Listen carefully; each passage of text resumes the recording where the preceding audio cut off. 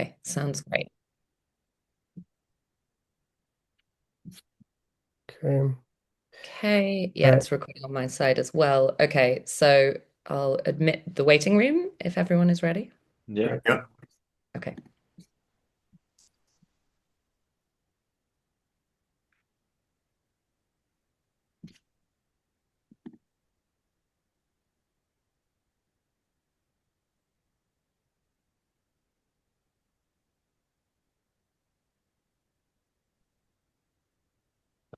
Hi, everybody.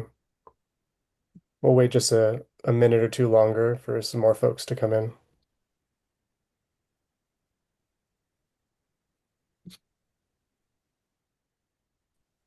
So we're all going to have to deal with this ever so slightly awkward silence for a little longer.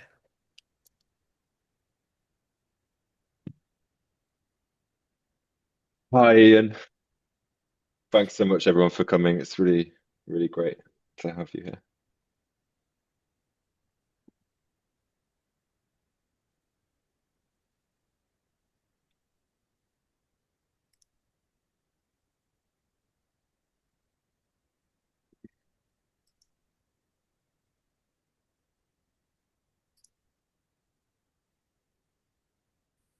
Just doing various bits of tech admin.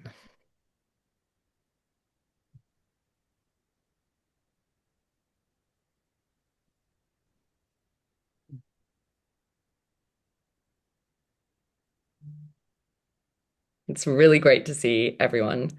Um, and I think we will get started. Um, Nick, are you okay to keep an eye on the waiting room whilst I talk? Okay, welcome everybody. Thank you so much for coming. Really, really appreciate it. Delighted you're here. Um, for those of you that don't know me and Nick, very, very brief introduction. I'm Rosa Campbell. My colleague and co-director is Nick Sturm. And we were lucky enough to inherit the mantle of the network for New York School Studies from the incredible Rona Cran and Yasmin Shamma earlier this year. I'm currently a British Academy postdoctoral fellow at the University of St Andrews in Scotland, and Nick is currently a lecturer in English at Georgia State in the US. And we very much hope that our transnational partnership will be reflected in the work that we do for the network, continuing Rona and Yasmin's vision of an international, interdisciplinary collective of researchers, poets, artists, writers, in short, collaborators. We have in the works plenty of exciting ideas and events, both in person and online. But we also really want to encourage all of you to get in touch with us with your ideas. We're really very, very open to hearing about nascent plans and thoughts. I'm so sorry, that was my dog barking. But nascent kind of plans and thoughts that you might have for the network, any collaborations that you have in mind. Um, in particular, we're really keen to work with existing organizations, or if you have ideas for funding streams or low cost events.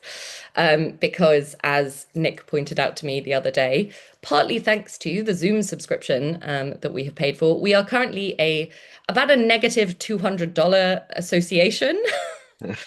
Um, and we did debate whether to tell you that. But in some ways, I think it's very important to acknowledge that we're currently operating without funding. I assume you all know what academia and funding in the arts is like at the moment. Okay, so we're really excited that this event this evening is the first of our tenure, and we really couldn't have asked for a better opener. I'm going to introduce Matthew. Nick will then introduce John, and then things will get really good. So I think scholars of the New York School always secretly and perhaps not so secretly yearn to be kind of part of the world that they study, right? The art openings, the studio visits, the sort of urban flânery, the thrilling conjunction of visual art and writing. And Matthew Holman, annoyingly, is perhaps one of the few amongst us can say that they really live it. He is an art writer, a critic, a teacher of literature and art history, a London flaneur, perhaps, with one foot firmly in the art world as a writer for Frieze and the Art Newspaper and Apollo, and for numerous artist books, exhibitions, and art historical works. And he has one foot just as firmly in the world of literature as a lecturer in modern literature at the University of Hertfordshire and as a literary critic published in Poetry London, Poetry Review, the TLS, amongst many other places. So he's therefore, I think, the perfect person to have written a book about the dual existence of Frank O'Hara as his subtitle would have it, New York poet and global curator. As Matthew shows, these worlds are separate and simultaneous for O'Hara, as I would contend they are for Matthew himself. We're absolutely delighted to be hosting this launch. I was at this point going to hold up my copy of the lovely book, but I do not know where it is. Thank you, Nick, my lovely assistant. And John, everybody's showing me up. But we're absolutely delighted to host this launch, and I'll now hand over to Nick to introduce our other very special guest. Great. Yes. Yeah. Thank you, everyone. Thank you all for being here. We're very pleased to have John Yau in conversation with Matthew. Um, John Yau is a poet, critic, curator, and publisher of Black Square Editions, a nonprofit small press with a focus on translation, contemporary poetry, and generally far out texts. He has published over 50 books of his own work, including poetry, fiction, and art criticism. Most recently, Diary of Small Discontents, New and Selected Poems, 1974 to 2024, published this year by Omnidon. And especially because John's early books can be challenging to find, like Broken Off by the Music, published in 1981 by Burning Deck. This new and selected is an essential text for all Yao aficionados. I'm halfway through and totally adore it. All these poems, terrific musical malfunctions, formal loops, and uneven, even-keeledness. Says Anselm Berrigan about this book. Across the amazing and ever-changing arc of John Yau's poetry, the range of possibility steeped in sound, image, stories, incessant edges, every formal variation available, and something like total word love is vast and exact. In John Yau's poems, the sense, my sense, of presence is always multiple, amused amidst difficult questions, and unremitting. Consciousness comes forward to recede and reform again, excuse me, changed by experience and attraction. Diary of Small Discontents, a half-century long picture-wild adventure, is a major gift to anyone capable of loving poetry. Network members will also remember that John is the author of the indispensable book Joe Brainerd, The Art of the Personal, published by Rizzoli in 2022, the first single-author book-length study of Brainerd's artworks, which includes hundreds of full-color reproductions of Brainerd's work, many of which are only accessible via the images in that book. I totally adore my copy of Joe Brainerd, The Art of the Personal, and I brought the book with me to New York a couple of years ago for an event that John was scheduled to participate in. I lugged the hardcover onto the plane with me from Atlanta because I really wanted him to sign my copy. As it turned out, John couldn't be at that event. So instead, I invited everyone else that was there to sign the book in his place, which turned into a kind of high school yearbook situation. Um, New York School Forever, written inside a heart. Love, Rona. Nick, I remember you always. Bob Rosenthal. And then Eddie Berrigan. I am John Yau, at least for now. We're fortunate to have the real John Yau with us today to lead this conversation about Frank O'Hara's curatorial career via Matthew's excellent book, which John has called a revelation. And with that, I'll hand over the reins to you, John and Matthew. Thank you both for being here.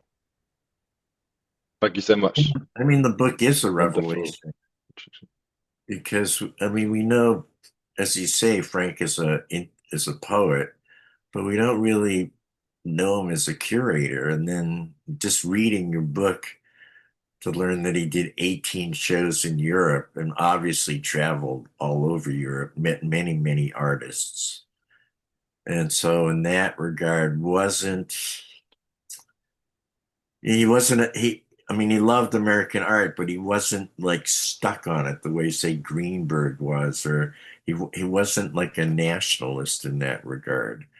And I just thought, and then also all the poems he wrote kind of bouncing off that work, which I had never really thought about, I guess. Mm. But he's obviously writing the Spanish, these poems about Spain and different poets. When he's in Spain, he's doing that. I mean, he's kind of alive to the moment or what he calls the living situation all the time. You know. Yeah, yeah, absolutely. I think that's exactly right, John.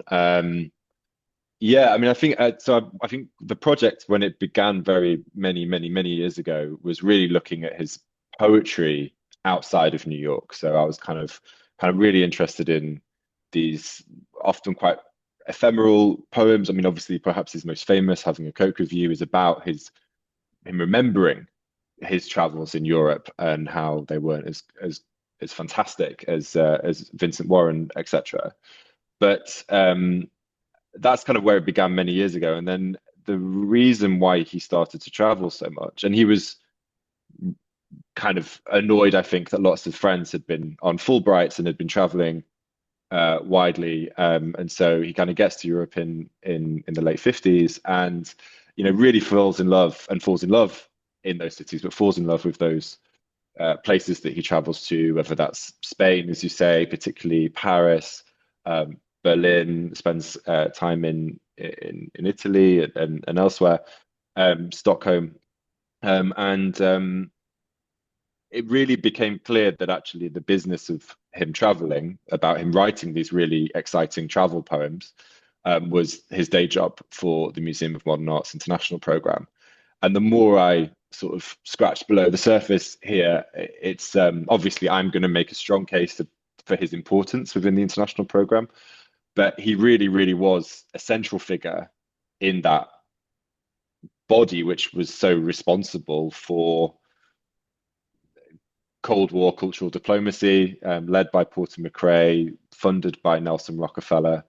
And for me, it provided a bit of a different perspective on O'Hara, and in some ways is a more political figure, even if he wasn't necessarily always aware of it. Yeah, that becomes really clear. I mean, I never knew how important his job was within that group. It's never been sort of pointed out so clearly as in your book. Um, so that I thought was that was one of the revelations. Thank you. Yeah. Um, and I think one of this, I suppose, one of the arguments I try and make in the book as well is that it's very much an extension of his friendships as well. I mean, he's curating exhibitions of Jackson Pollock in the 2 years after Pollock dies, and he's sort of with Sam Hunter originally, and then he kind of takes it over.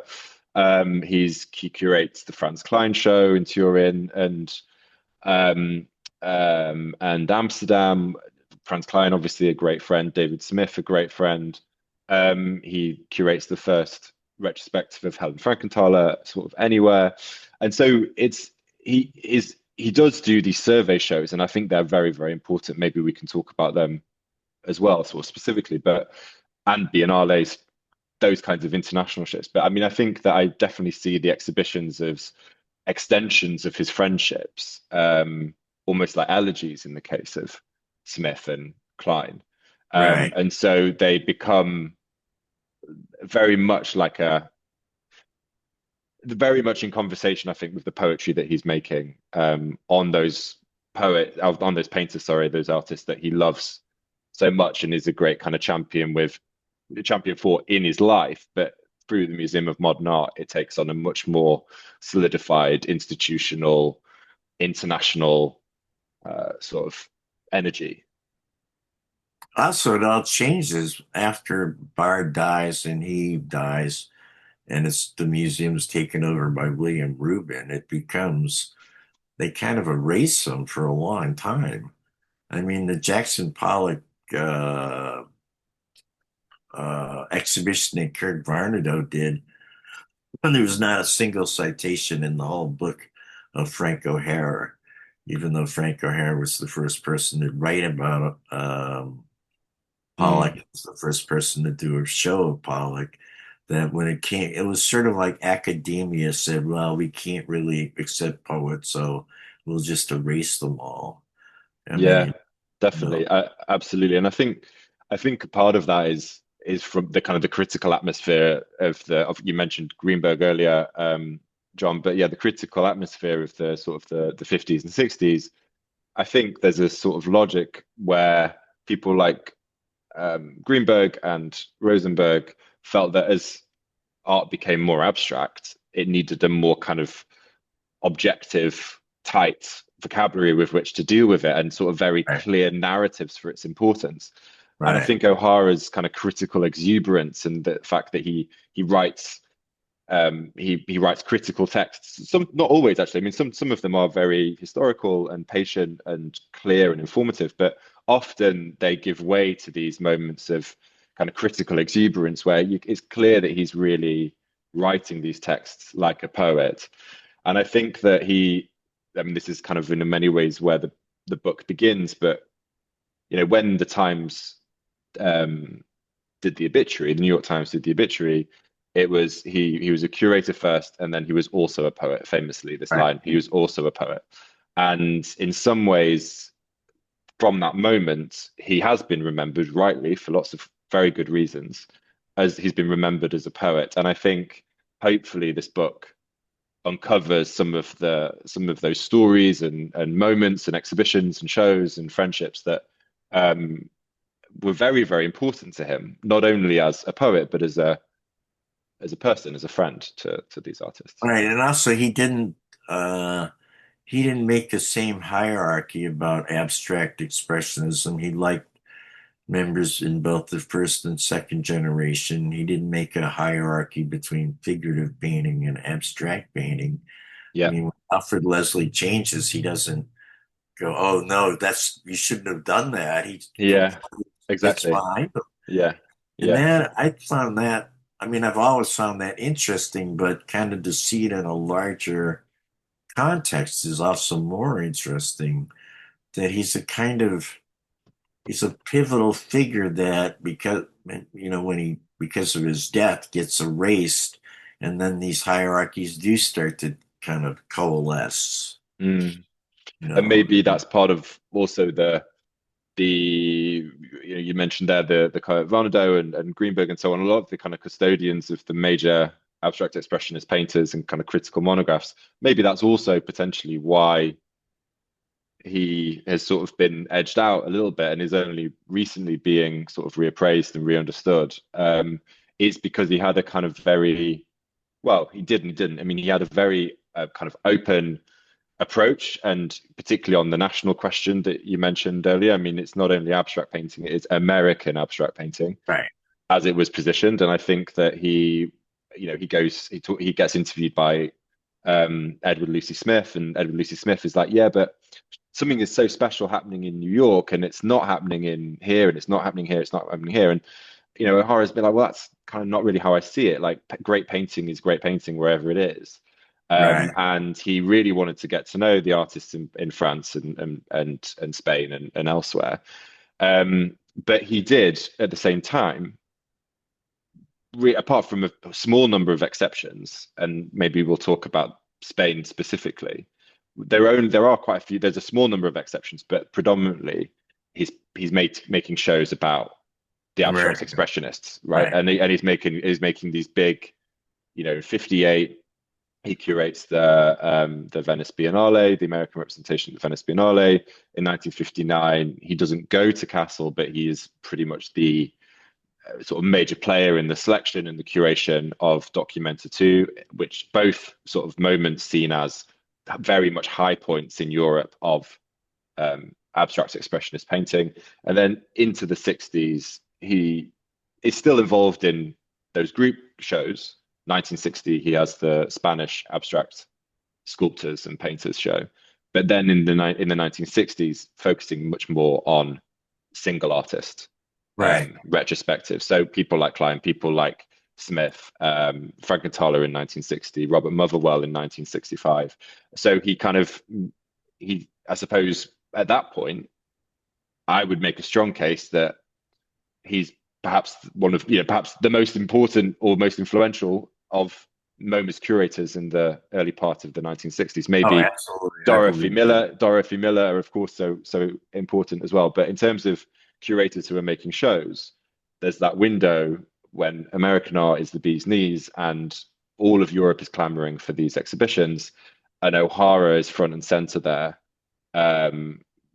organizing them. And so I think, yeah, there's a strong place for him in that sort of history of curation. And I think the last thing I'll say on that as well is that he kind of, in a way, his style of curation is much more contemporary to our own moment than it was in the 1960s. Like he today we might go and see an exhibition because we've heard of the curator, not because we know the artist, right? I mean, there's a sense Right.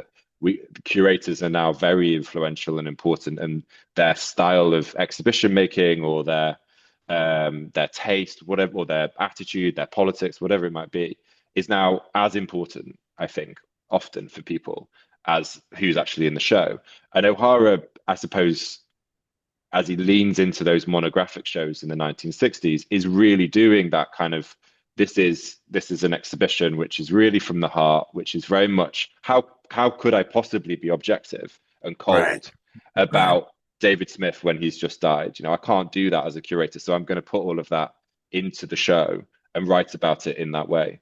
And so I think he's actually the reason maybe why we've come full circle is because he's much more of a curator for today's world than he was a curator for the 1960s, when there was still this idea that the curator needed to keep a safe distance from the work Right. that they were curating. Also, I mean, he was open to new artists because, while supporting the abstract expressionists, I know that Alfred Barr asked him what he thought of the Jasper Johns show, and that he wrote a letter to Barr, which I know John's read it's in the library of MoMA, saying, "Oh, you should buy this, this, and this for these reasons." I mean, he was out there looking all the time. There are many curators now in museums. You never see them out looking at art. They're Yeah, too busy, doing something else. definitely. He's Yeah, out there. absolutely. And I think that was also really important. And to be honest, probably played into his kind of meteoric rise in the international program, because obviously famously he began in the mid 50s selling postcards on the front desk.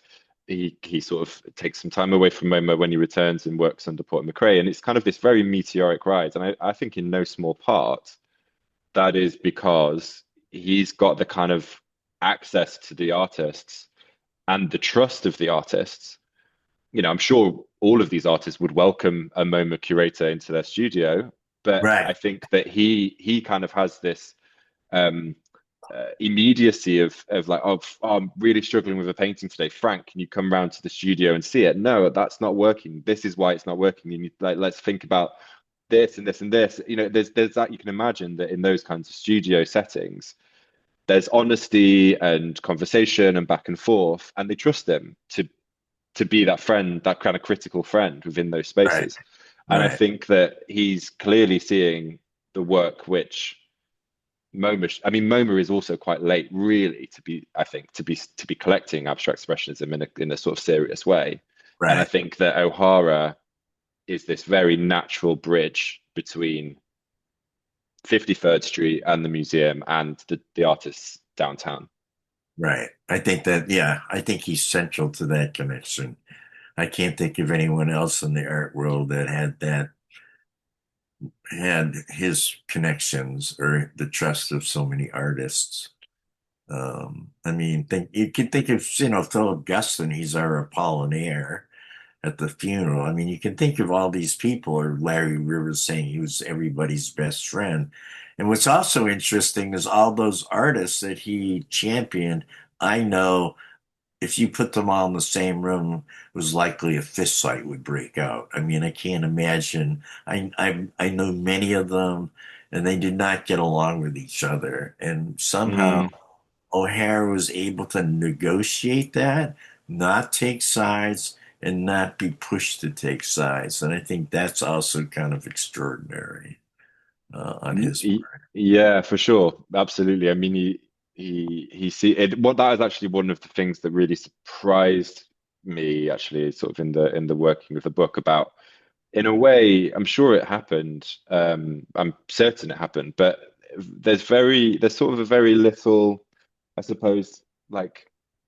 I mean, there's another way to look at what I've just said is it's nepotism, right? I mean, that is kind Right, of it's just like you're just preferring your friends. You just right, you want your friends to be in the show because you like them this week, and maybe next week you'll like another friend better, so you put them in the show. So I think there's definitely that kind of anxiety, and certainly there was that anxiety amongst his MoMA colleagues that not only was the international program getting all of this Rockefeller money and was really well staffed, and they got to go to all of these exciting places internationally, but O'Hara specifically, that he was kind of under, I think one of his colleagues said that he was under suspicion as a gifted amateur. So he didn't really have right, the credentials. He didn't have, he's got his Harvard degree and so on, but he's not he doesn't have the credentials like others. And so there was a lot of people that were thinking, well, does he have the does he have that kudos in order to actually do this, or is he just preferring his friends? So there was some sniping and anxiety. But in terms of the group, and there are many groups, of course, in the New York School, but within the group, that I found surprisingly little about, like, I'm really angry with you, Frank, because you didn't put me in the show. I think that a lot of the artists did respect that he was going to put on the shows that he wanted to, but also that he was a bit of a cog, a bit of a bit part player within a very right, complex institution with lots of competing demands, whether that's from sort of from Nelson Rockefeller, whether that's from Porter McRae, who was sort of very much his mentor for much of his time at the museum. So yeah, he seemed to negotiate a lot of those problems relatively well. Um, yes. I think, yeah. It's funny when you mention nepotism because I remember John Ashby saying to me, nepotism begins at home. So let me Yeah, just put it that way. I mean, all curators have a certain nepotism. They just claim to be objective. I mean, that's how I see it. mm, Um, and the notion of objective seems to me kind of overstated. Um, and so to hold it against O'Hara that he was not objective seems to be like a false attack on him, you know. totally. Yeah, yeah, totally. And you sort of in the beginning of the book, I talk about this essay that he writes when he goes to the Guggenheim, and he talks about reviewing the show, and it sort of he describes it as a living situation, Right, and he says that it matters who you are and where you're standing and how you're feeling. So he's kind of right from the off, as a reviewer and as a critic, he's really pushing back a bit against this fiction, really, that any exhibition can be complete, objective, that it is always going to be mediated by the sort of the preferences of the curator. And of course, O'Hara loved preferences.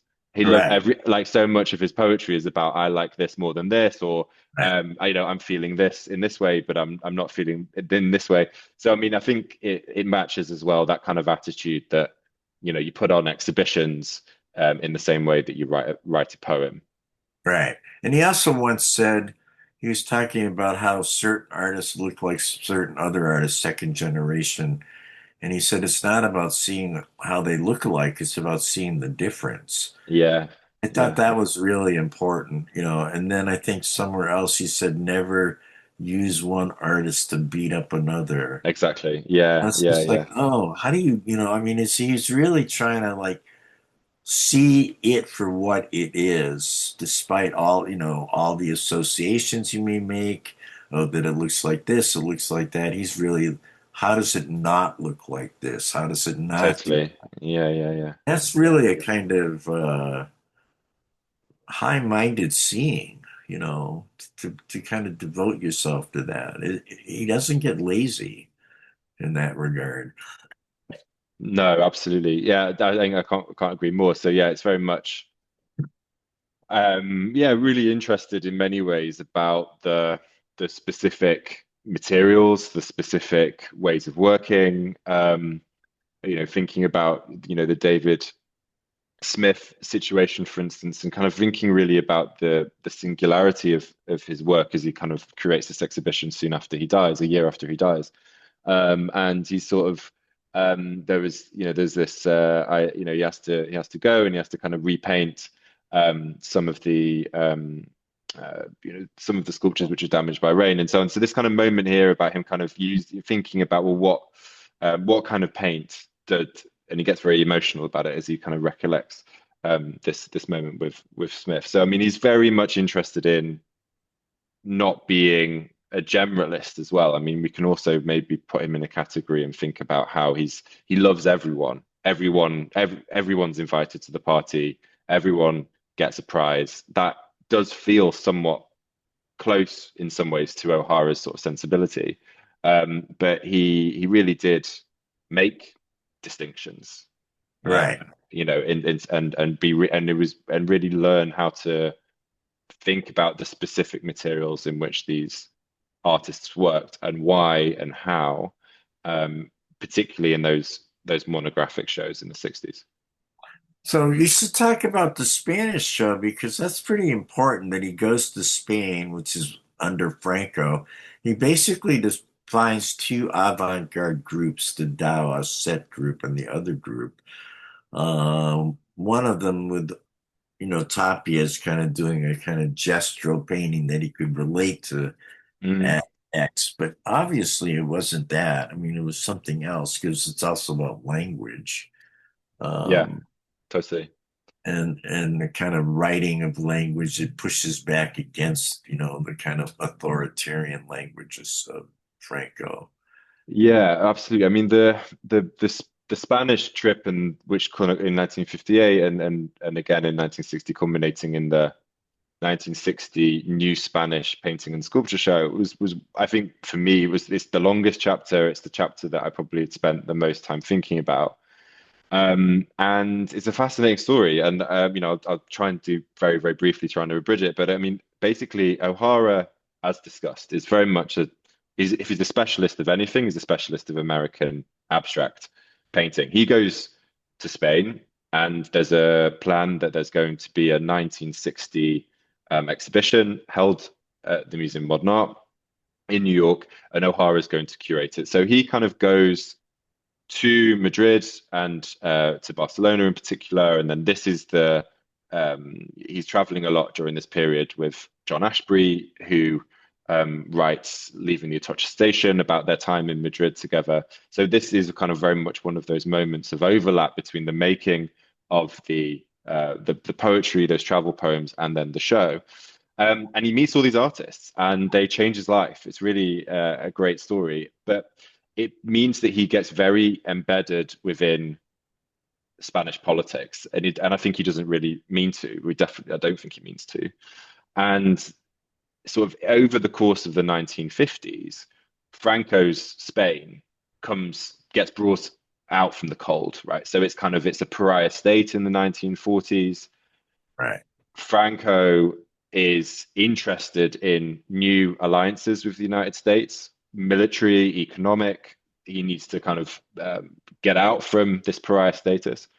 and various kind of canny officials and advisors and curators in Spain see that there's actually a very vibrant avant-garde culture.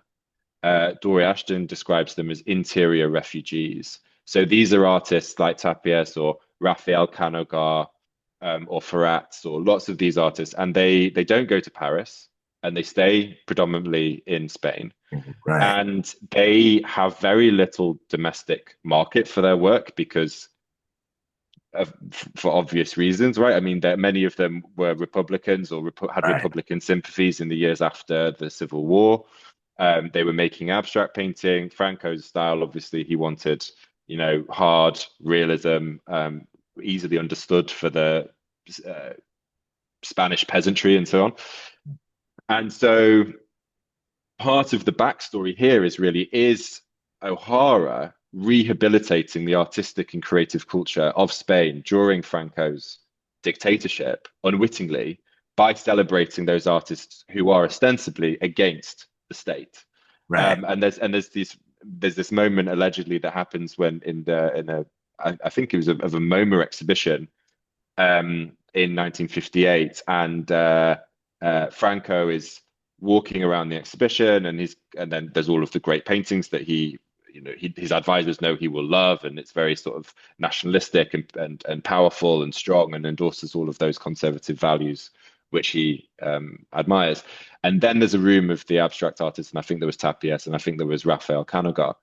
And his advisor nervously says, "This is the revolutionaries' room, Generalissimo," to which he's meant to have responded, "So long as this is how they intend to carry out the revolution." So I think there is this kind of idea that actually a lot of people close to the regime knew that it's good propaganda to have this exhibition at this time in 1960, a few years after the Pact of Madrid, which saw Eisenhower and Franco together. So anyway, that's the kind of political backstory. And so O'Hara's thrown into this world, right? He's thrown into this situation, which is very complicated. The geopolitics is very complicated, and he puts on a great show. But interestingly, this show was what has been one of the exhibitions that has been most talked about because it's been critiqued by contemporary Spanish art historians who see him as unwittingly doing some of that, using some of the language that Right. Spain is kind of it's on the periphery of European modernity, but not quite. That it's aristocratic, that it's medieval. There's a whole if you read the book, if you're interested in the book, there's a lot of kind of language around the Spanish culture and the Baroque and so on and so on. And he's thinking about some of the paintings in those kinds of contexts, and contemporary Spanish art historians have kind of critiqued him for it. But that's kind of one element of the Spanish relationship, and I think that was one of these great moments for him to completely lose himself in an entirely different scene in Madrid, principally, and in Barcelona, and for him to see Tapies, for instance, in particular, because he really loves his work and he really celebrates his work.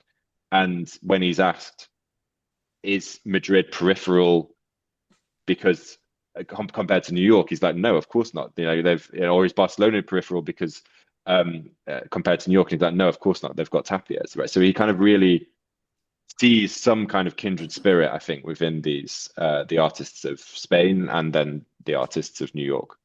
Right. I think that's important because it's like he's early about globalism, that it can take place anywhere, that it doesn't have to be in a certain place, and that he can find it in Zagreb, he can find it anywhere he goes, and he accepts that, and it's open to it. And I think New York he was open to it, but I don't think New York itself was open to it for a long time. That they thought, oh, we're the center, we've replaced Paris. And he's like, no, there are lots of different places and lots of different things going on in those places. Absolutely. Yeah. And I think there's, often when we think about his relationship to Paris, for instance, there's that sort of the Barbara Guest moment, and he's saying, that was their, I'm not interested in going to the Bateau Right. Lavoir because that was their history. We're making ours now. And I think in some ways that statement has kind of cast a bit of a shadow. Is that the right expression? Kind of cast a bit of a shadow over, O'Hara being on the side of the Greenbergs, the Rosenbergs, those critics and writers who are sort of saying we're the best. We've created this out of nothing. We've created this new language. We've created this new dynamic force of kind of avant-garde art, and we are now the center, to paraphrase. Maybe. But that O'Hara never really sort of felt like that. And I think in some ways, if anything, positioned the American artists within an international context for MoMA overseas more than what we tend the sort of the often the view is that there is American cultural imperialism with the new Right. American painting show, that they send the work and they win. Right. Whereas I think O'Hara was, as you say, John, like very much seeing this in a kind of messy, complicated, international way. Yeah, I think that's I mean there's also that I think it's oh no, Olivier Broussard wrote about the film that Alfred L. Leslie makes for the and that there's the poem that's a very political thing that Frank O'Hara did. And I Yeah. yeah, and if you see that film, it's true. I mean it's a kind of interesting film. It's amazing that he even played in a film theater. I'm Yeah. still yeah, Hopefully it will again. I hope. Um, how are we doing, Nick and Rosa? I don't know. I feel like I mean, I could talk with John forever, but I wondered if did anyone have any questions We or can move to Q&A if you're ready. Also, if you wanted to read the section that you were thinking about reading, that might be a good way for people to have a little time to think of questions. I'm happy to. Yeah, I'm happy to if that's useful. So I mean the um this is I just thought that I'd maybe read a little bit from the very beginning of the book, which definitely I hope, gives you a strong sense of the international elements of O'Hara's life during this period. Um, and this sort of, I experimented a little bit with it being slightly novelistic, but you can decide yourself if that's a success or failure. Okay. It is late November in Belgrade. Outside, the ancient city is cloaked in a thick winter mist, illuminated only by pockets of iridescent lamps. Frank O'Hara lights a cigarette, collects his papers, and sits down to write a letter to his friend Joe Lasser, who is back in New York and eager for news. From the vantage point of his hotel room, looking out of his window onto the blackened streets below, the nightmarish vista reminded O'Hara of a Franz Kafka novel.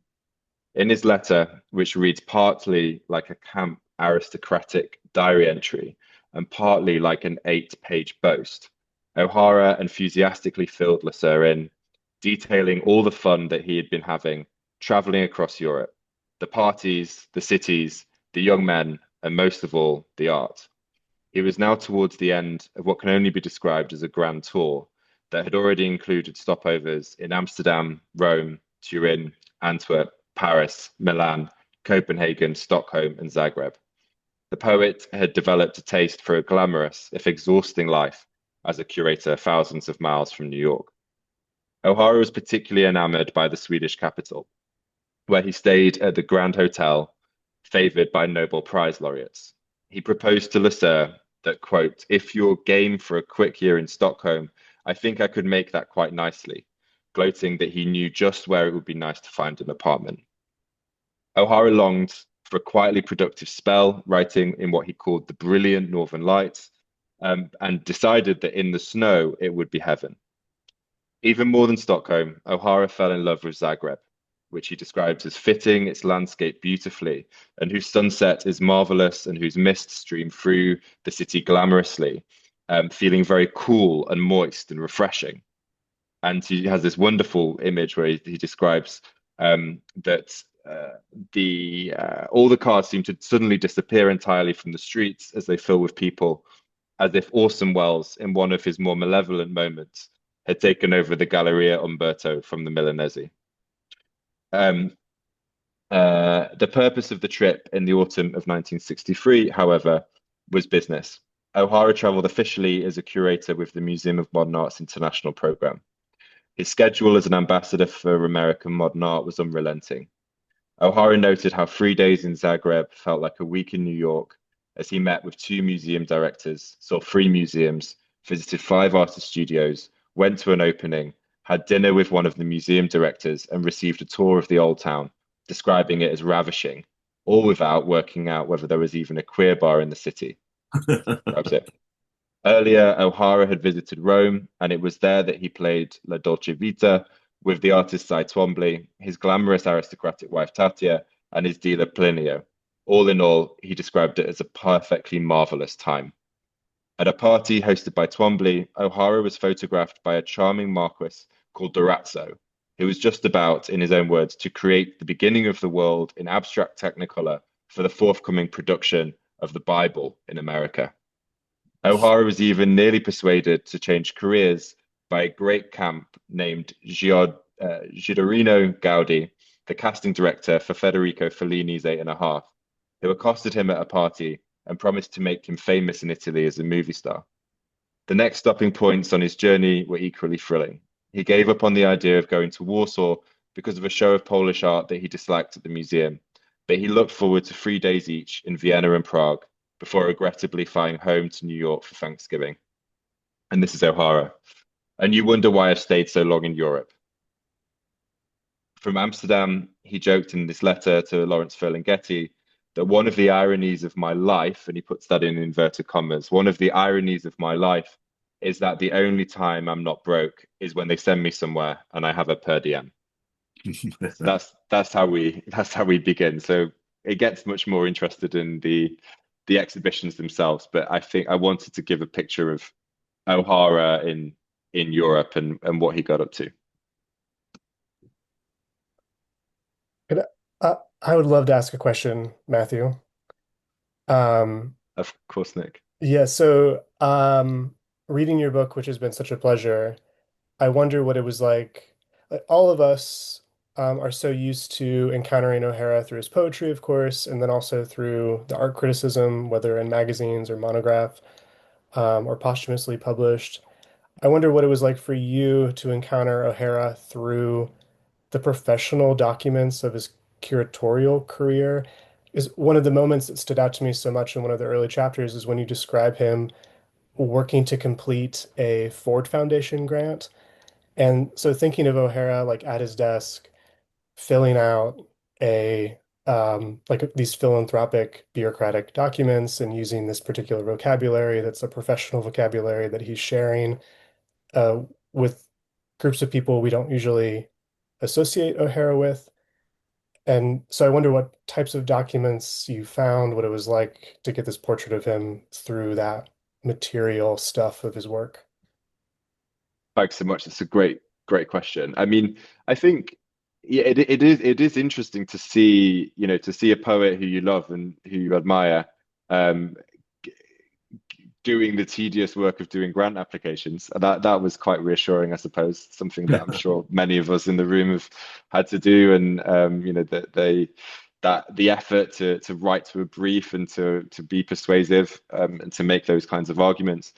And indeed, important to note, of course, that I mean the reason why he was writing the Ford Foundation application is, there was a particular allotment of funding from the Rockefeller Brothers Fund, and the Museum of Modern Art's international program needed some more money. So maybe Rosa, we should be writing applications to the Ford, the Ford Foundation. I don't know. He was that's maybe for a different day, but he was very good actually at kind of making, kind of bringing in some kind of funding, bringing in grants, and getting support for the programs that he was doing. But it was a very jarring or slightly strange experience, going through those documents. I mean, he is one of the cliches of O'Hara, of course, is that he is very quick and flippant with his writing of poetry, and that he would write a poem and he would, screw it up and leave it on the desk, and someone later would go and find it, or he'd give it to a friend.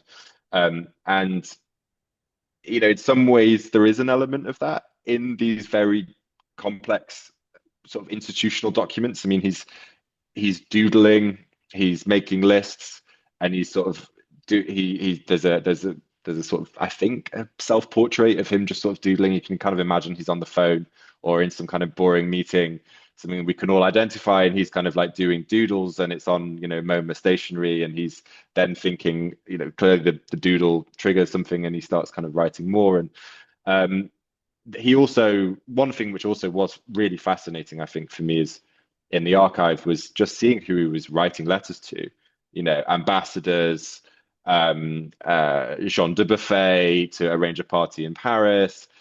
He's right. It means that he's got to use different vocabulary, but he's still got to use his exuberance in order to persuade people and to get what he wants. So it's a different space. There's a small Venn diagram where you can see the O'Hara that we know as a poet leaking in to some of these documents. That's a good way to put it. That's terrific. So if there are a few questions in the chat, but if those folks would love, if you would like to ask questions of Matthew and John, feel free to unmute yourselves. Or if you'd prefer us to read out the questions in the chat, that's also fine. I'm afraid I don't know who's writing under 154, so I don't know how to ask you politely to unmute yourself and ask your questions. You've got a couple of questions, but you may. There's one. Who are the artists that O'Hara met in the studio and went on to champion that, say, Greenberg and Rosenberg would have most likely missed? Well, one would be Larry Rivers. Yeah. He championed. Yeah. So, I mean, I think that does link nicely to another question which I saw earlier, which was about Larry Rivers specifically. So yes, I mean, so 19. So in a way, O'Hara's first big commission really is him doing a lot of work curating the 1957 Sao Paulo biennial, Right. and that includes Larry Rivers.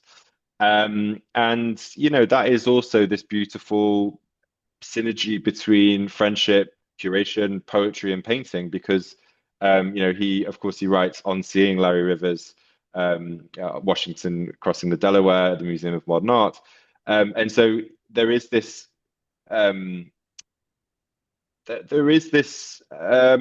to put it, is he's championing Rivers, and he's putting him in Sao Paulo. He does very, very well. And there is already this kind of confusing but very exciting relationship between the poetry that he's writing, responding to a particular painting, that he then puts that particular painting in an exhibition.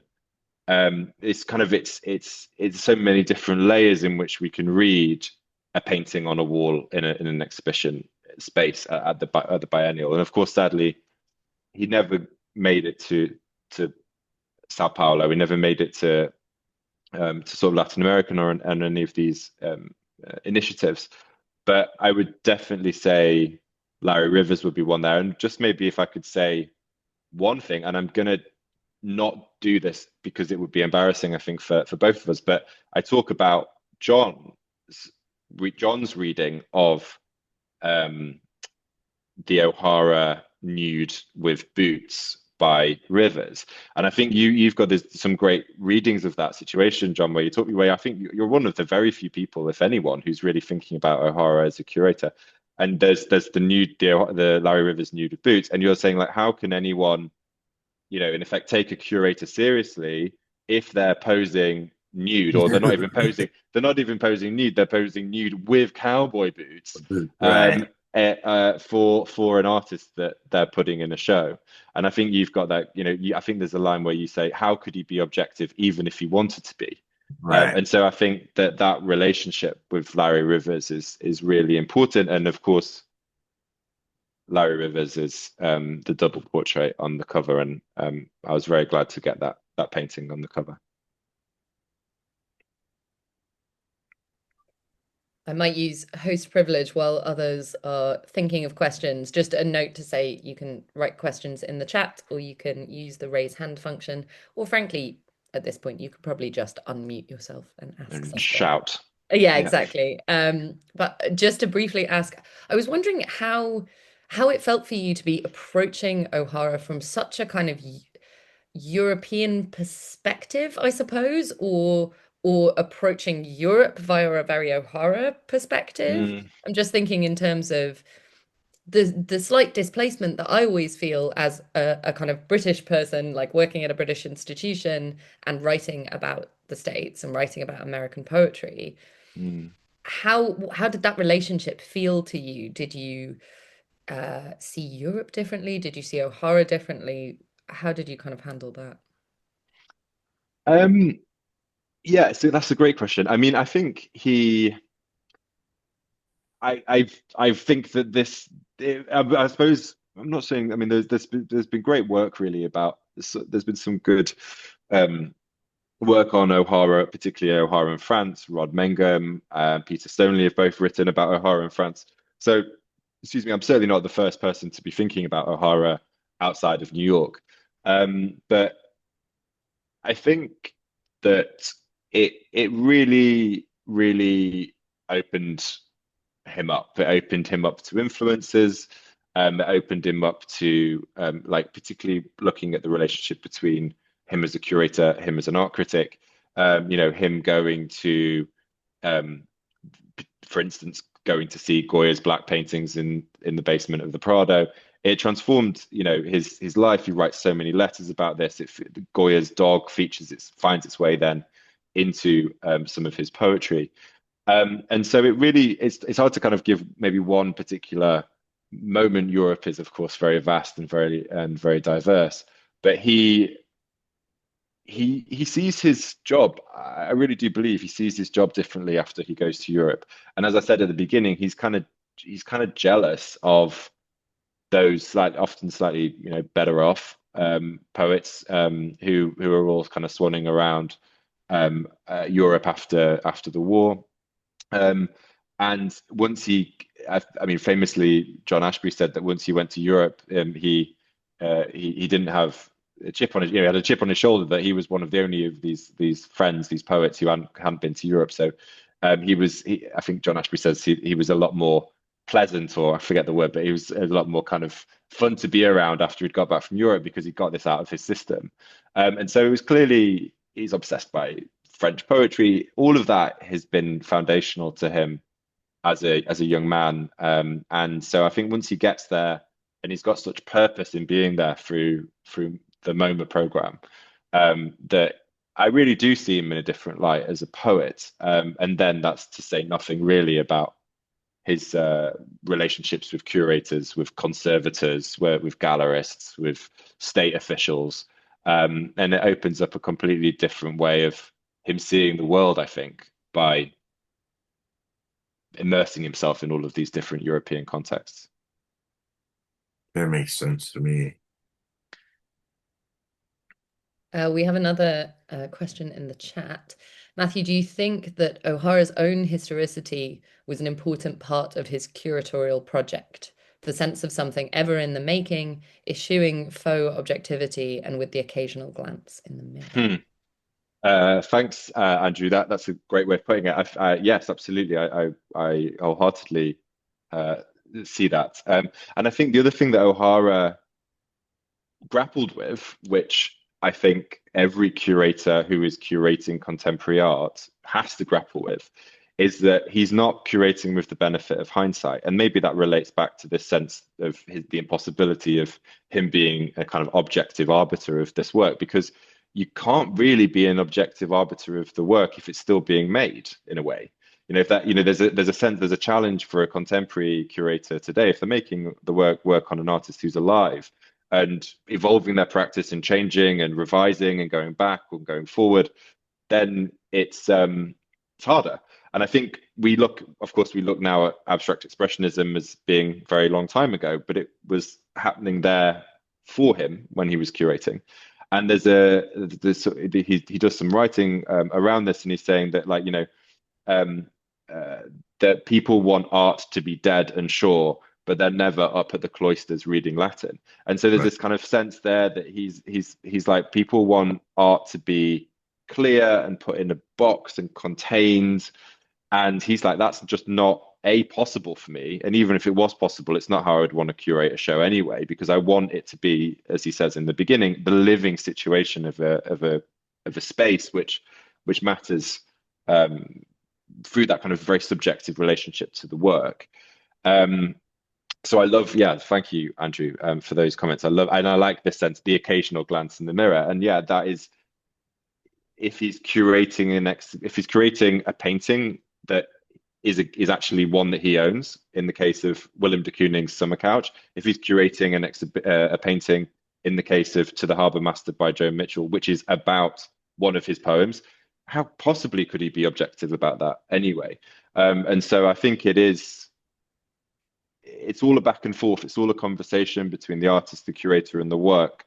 And I think that dimension that O'Hara has with both the artist and the work is fascinating and rich and complex. And as you say, there is a bit of a glance in the mirror. Yeah. Speaking of very brilliant art workers who are also poets, Ian Morrison has a question. Oh, what a nice introduction. Hello. I just, I love everything about this event and this book as a poet who's working in an art institution. And it's just a thank you so much because I really didn't have any sense of the achievement of O'Hara as a curator. It's kind of blown my mind. So one of the things I think I want to get a sense of, and I'm sure the book will give me more of a sense, is to what extent were poetics important for O'Hara's curation? Like, is he curating in a way that a curator working now who's got an interest in text might? Is he looking at the use of language in paintings? Are any of the artists doing a kind of Cy Twombly text and visual thing? And I guess also like maybe be fun to think about who would Frank O'Hara be curating now? Like does does Matthew have any sense of that? Also hard relate to the thing about only being not broke when you've got a per diem. Yeah, I know. Me and John, weirdly, Ian, John, and I said the same thing before everyone joined us. Yeah. Yeah, very much the case still. That's a great question, Ian. Thank you so much. In some ways, I wish I had um, uh, a better answer. Um, as far as I can broadly see, the short answer to your question is not really, right? So, I mean, yeah, he writes about Twombly. As far as I'm aware, never really curates him. Um, he's I suppose the poetry comes in not necessarily in terms of the hang and in the actual kind of installation of the work, but in the critical texts that he writes, sometimes including, a poem which is written about one of the subject alongside a more kind of critical exposition of their work. Um, yeah, I wish I had I wish I could say yes, because I think it would tie everything together in a little bit of a bit of a neater bow in a way. But actually, I still think he is keeping these things relatively distinct. I mean, I don't know if there are any New Yorkers in the room, and I don't know if you managed to get there, but I think in 2018, the MoMA actually put on a show called Lunchtime Poets, which was all about O'Hara at the museum and outside of the museum. And that exhibition included, for instance, it had a poem, for instance, on Motherwell's elegies, responding to that, and then they had the Motherwell's elegy. So that small exhibition, temporary exhibition in the Geffen galleries, did, I think, try and do some of that work from a contemporary perspective that you're gesturing to there, Ian, about how can we see this painting alongside a poem which O'Hara wrote about that artist, or thinking about that really beautiful, I'm sure many of you have got this or seen this, but the In Memory of My Feelings, those prints of poetry that O'Hara makes, and then these artists kind of make work kind of on top and through and seeping upon the actual text of the poem. And a lot of those were framed and displayed at MoMA in 2018. So certainly, I think a contemporary perspective on how you might curate O'Hara would go hard on that approach.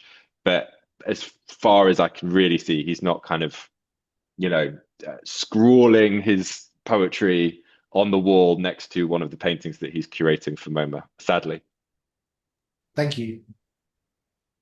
Can I ask you to just because I'm incredibly interested to answer Ian's second question about who you Oh, think sorry, O'Hara yes. would be curating today? Well, I we have this thing which is sort of much maligned, but everyone goes in London, called Frieze Week, Frieze London, and it's a big art fair and it's quite gaudy, and there's billionaires there. Leonardo DiCaprio was allegedly there, and you walk around. I went there this afternoon, and you walk around, and you could you throw a stick at these works and 10 paintings will be kind of abstract gestural paintings. So whatever market forces are at work right now, gesture painting, sort of very expressive drips, very big, very scaled up, is very, very contemporary right now. I mean, someone like Daniel Cruz-Chubb, for instance, is just someone who I've thought about this afternoon. Pam Evelyn, Megan Rooney, lots of artists today who are really, I suppose, market darlings, are painting in a very abstract expressionist style. I don't really have an explanation for why that is, but I do believe that it exists. And I think that O'Hara was always drawn to earnest art, really. Even though sometimes he's slightly ironic and he's quite playful and he doesn't take himself too seriously, he takes art very seriously. So I think he would be quite allergic to a Jeff Koons, a Damien Hirst, not because he necessarily thought they were bad art, but just because he didn't think that they were taking the demands of being an artist as seriously as someone else. And so I think he would try and find those artists who haven't been discovered yet. Maybe this is my answer, but haven't been discovered yet, who are taking earnestness seriously and the kind of the sense of art making seriously. And I think for a long time that was so unfashionable. And I think that right now, whether it's performed earnestness or not, that is very hot in the art market in this moment.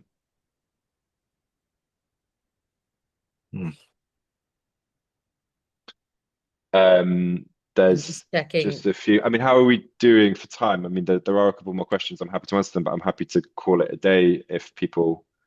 I believe the Eventbrite said we would run until 6:30, but we also were Oh, planning right. Forgive me. maybe Okay, not great. to run all the way until Okay, 6:30, sorry. just in Okay, I case thought. people. Okay, that's But fine. no, Sorry, my mistake. I thought maybe we were trying to wrap up by 6. Okay, so we'll maybe I think it do was a few more. the great thing about Zoom is it's really a very loose thing. No Yeah, one's running to get a train. please leave if you need to. Thank you so much, Daniela, a good friend from Udine in Italy. Thanks for being here. So there is much art in O'Hara's poetry, but not so much poetry in his art criticism. Okay. Apart from few epigraphs that I found here and there in his art catalogues, I did not encounter much lyricism in his art criticism. Is it because the art world of his time and his MoMA directors were quite official and required such an impersonality, or am I wrong? And perhaps you can mention any plaquettes or art editions in which the O'Hara poet stands out more powerfully in his controlled art criticism. Okay, well, it's a very good and slightly challenging question. I think, well, yeah, I think that you can, you can tell when he is at ease with his subject, I think, when he's writing about it. And you can tell kind of when he's slightly frantic and slightly rushed. And I think that for instance, I'm just going to maybe, like, for me, this is very lyrical. This is from the Helen Frankenthaler essay. The beauties of Helen Frankenthaler's work are various and dramatic. Frankenthaler is a daring painter. She is willing to risk the big gesture, to employ huge formats so that her essentially intimate revelations may be far more fully explored and delineated. She is willing to declare erotic and sentimental preoccupations full scale and with full conviction. So he's kind of, I think, slightly treading a bit of a line there. I mean, she's willing to risk the big gesture. He's also talking about form. He's talking about the sort of the size and the format of these works, but he's also making those kinds of quite, sort of sweeping statements and quite lyrical statements, really. Um, and I think if you were to read a lot of art criticism around the same time, it it would be more formal. And I think that the fact that O'Hara almost speaks for Frankenthaler gives a strong sense of his understanding of how Frankenthaler herself might talk about her work, but a curator or a critic of a different stripe would basically, I suppose, kind of leave her statements on her own work at the door, and focus only on the work itself. So I think it's subtle maybe, and I don't know if I um, I can maybe I'll follow up maybe on it with an email to you, Daniela, directly, but um, his a lot of his art writing, I think, does take on sort of lyrical qualities. I mean, obviously, it's not for an exhibition, but when he writes the first monograph on Jackson Pollock, he talks about it as like a big fat gigolo of a painting.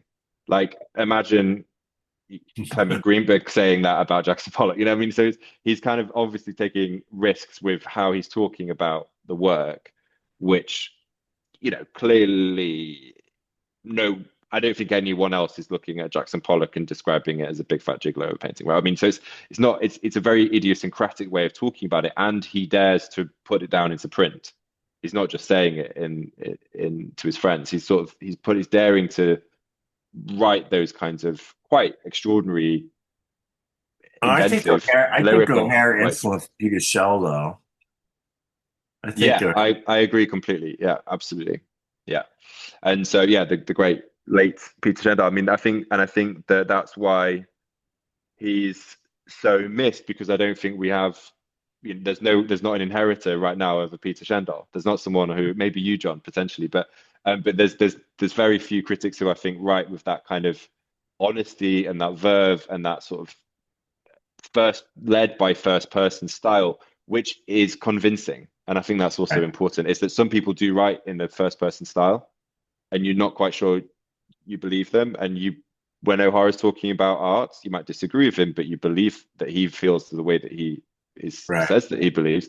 And the same with Peter Shendal, absolutely. That, you don't, and that's why you're persuaded by them as critics, because even if you disagree, you know that they mean it.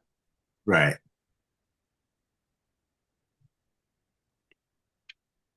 This has been such. Yeah. Is there, if you're willing No, to sorry. take another question, if you see a question come up, yeah. Oh, there's a, yeah, from Ian. I mean, Matthew Morse, hi Matthew. As a poet, Frank was more of a musician or a painter. I mean, yeah, I mean, Rosa said hot take. Yeah, I mean, very. I'd love to read if you've got an essay. That sounds like an essay to me that you can develop. I'd love to read it if so. Yeah, I mean, of course he was mad about music. He was mad about jazz, mad about Rachmaninoff. Was a pianist. You're very very musical in lots of ways. Yeah, I think there's lots of thinkers who have looked at O'Hara and music, and I think that I think like Sam Ladkin's writing a book in the new Cambridge University Press kind of centenary book, which is coming out next year, which is about O'Hara and music. And yeah, I think I'm with you. That's a very O'Hara statement as well. It's like he's more of a musician than a painter. I think that's kind of like a very O'Hara gesture. This poetics of preference that we talked about earlier. As a very final O'Hara gesture, I think we'll wrap up perhaps with the slightly gossipy question that's in the chat from Ian about nepotism, preferential treatment, have you come across any indications which might suggest that O'Hara might not have been genuine in his expression of appreciation of Frankenthaler's work? Maybe Ian, do you know more? Is there a have you got some gossip for us? I don't know. Is that I don't know if that's No, no, is it, I don't have any gossip. It's just okay. yeah, I read some just overall her trajectory and the coterie that she was inserted in. I mean, I can imagine, and the comments that O'Hara felt broke, and they also spent some time in Spain together with her, Mm, and then the Greenberg was involved there. Just overall, this whole dynamic of interconnections. I yeah, wonder, totally. like, to what extent, like, wasn't there a factor Yeah, that, I of mean, definitely. I think you that's know it's a great question. Sorry. Um, I think that there's a lot of there's as John was saying that all of these artists kind of hated each other, friendships, but rivals for sure. O'Hara manages to kind of pretty, he falls out with Grace Hartigan and he falls out with lots of people, but fundamentally pretty strong idea of him in the center of all of these different relationships. I mean, of course, Frankenthaler and Motherwell get kind of like they really get hated on in the after they get married, and that because they're both from quite elite backgrounds and they're in Provincetown and they're like they're everything is pretty hunky dory for Helen and Bob, and I think that that was definitely an attitude of the time. I don't know if O'Hara really felt like that. I mean, he was certainly really close all through the 60s with Motherwell. I don't think he really had a class analysis of Helen Frankenthaler and Bob Motherwell.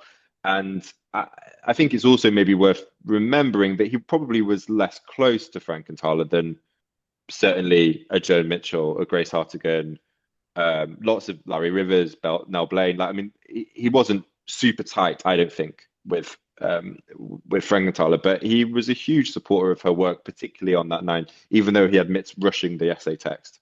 He is a huge admirer of her in 1960 and what she'd done over the previous decade. So I haven't found lots that sort of suggest that he, secretly didn't like her, but maybe it exists in some kind of gossipy letter somewhere, perhaps.